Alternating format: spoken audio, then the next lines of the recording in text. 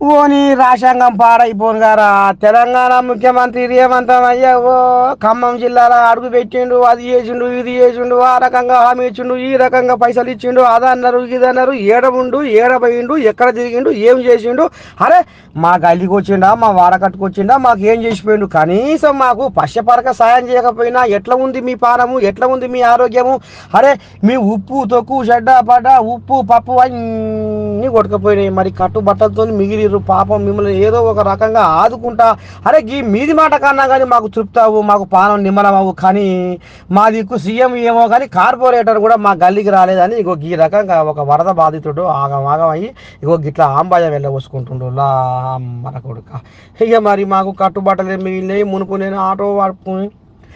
నేను ఆటో నడుపుకొని బతికినా ఇక ఇటో ఆటో జర నడుము నొప్పి వచ్చి పానం బాగాలేక సుస్థ అవుతుంటే ఇక లాభం లేదని ఇక కిరాణం కొట్టు పెట్టుకున్నా ఈ కిరాణం కొట్టుతోనే నా సంసారాన్ని నడుపుకుంటున్నా కానీ ఆఖరికి వస్తలకల్లా నాకు ఉన్న జీవనోపాధి పోయి నా పొట్ట మీద కొట్టినట్టు అయింది ఈ వానదేవుడు వచ్చి మరి ఏం చేసిండు ఏం ఉద్దారకం చేసిండు రేవంతమయ్యా ఖమ్మం వచ్చిండు బారపూరు బచ్చన్నపేట అని ఓ మా గొప్పగా చెప్పిర్రు ఇక నా సొంటోళ్ళు బొచ్చడి మంది ఉన్నారు మరి ప్రభుత్వం ఏ రకంగా ఆదుకుంటుంది ఏం చేయాలి మేము ఎట్లా బతకాలి అని గిట్లా ఆంబాయం చెప్పుకుంటుర్రు పాపం వరద బాధితులు.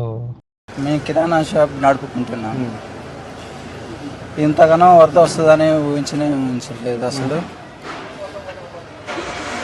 టోటల్గా 10 లక్షలు నష్టం. ఓకే, కట్టుబట్టలతో మిగిలిపోయాను, ఏం మిగలేదు. నిన్న సీఎం వచ్చిండు కదా ఇక్కడ వచ్చేసి. ఇక్కడికి రాలేదు సీఎం, బొక్కలగడ్డ అయిపోయాడంట, అంతే అయిపోయింది. ఇక్కడికి సీఎం రాలేదు, ఎవరు కనీసం కార్పొరేటర్ కూడా రాలేదు ఇక్కడికి వచ్చి మమ్మల్ని పట్టించుకొని అసలు కనీసం ఎలా ఉన్నారు, ఆయన చేసేది ఏం లేదు కానీ కనీసం ఎలా ఉన్నారు అని ఒక మాట మాట్లాడినా మాకు ఎంతో ధైర్యంగా ఉండేది. నష్టపరిహారం అసలు ఏం 10,000 నష్టపరిహారం సీఎం గారు వచ్చి ఇస్తా అన్నారని తెలిసింది. మరి ఆ 10,000కి నాకు 10 లక్షలు పైగా ఉంటాయి. అంటే మొత్తం ఏమనట్లేదు, నేను కొద్దిగా కనిపెట్టండి అని అంటున్నాను అంతే. ఇప్పుడు ఇక్కడ 10 లక్షలు ఇల్లు కూడా పూర్తిగా మునిగిపోయింది. ఇంటి దగ్గర ఒక 5 లక్షలు సుమారు ఉంటుంది. కట్టు బట్టలతోనే మేము బయటకు వెళ్ళాం. ఇప్పటికి అయ్యే బట్టలు, నా సంపాదన మొత్తం, నా పెట్టుబడి మొత్తం ఈ షాప్ మీదనే ఉంది. ఇప్పుడు ఖాళీగా ఉన్నాం, ఏమీ లేవు. మరి ఎట్లా పరిస్థితి అనేది ఇక మళ్ళా నా మొదటి కానించి నేను ఫస్ట్ ఎలా వచ్చానో ఇక మళ్ళీ అలా బతకాలి. నేను కనీసం ఆస్తులు ఏమీ లేవండి. మేము కిరాణా షాప్ అమ్ముకుంటేనే మాకు ఈ కిరాణా షాప్ కూడా నేను అప్పు తీసుకొచ్చే పెట్టా. అంతకుముందు నేను ఆటో నడిపేవాడిని.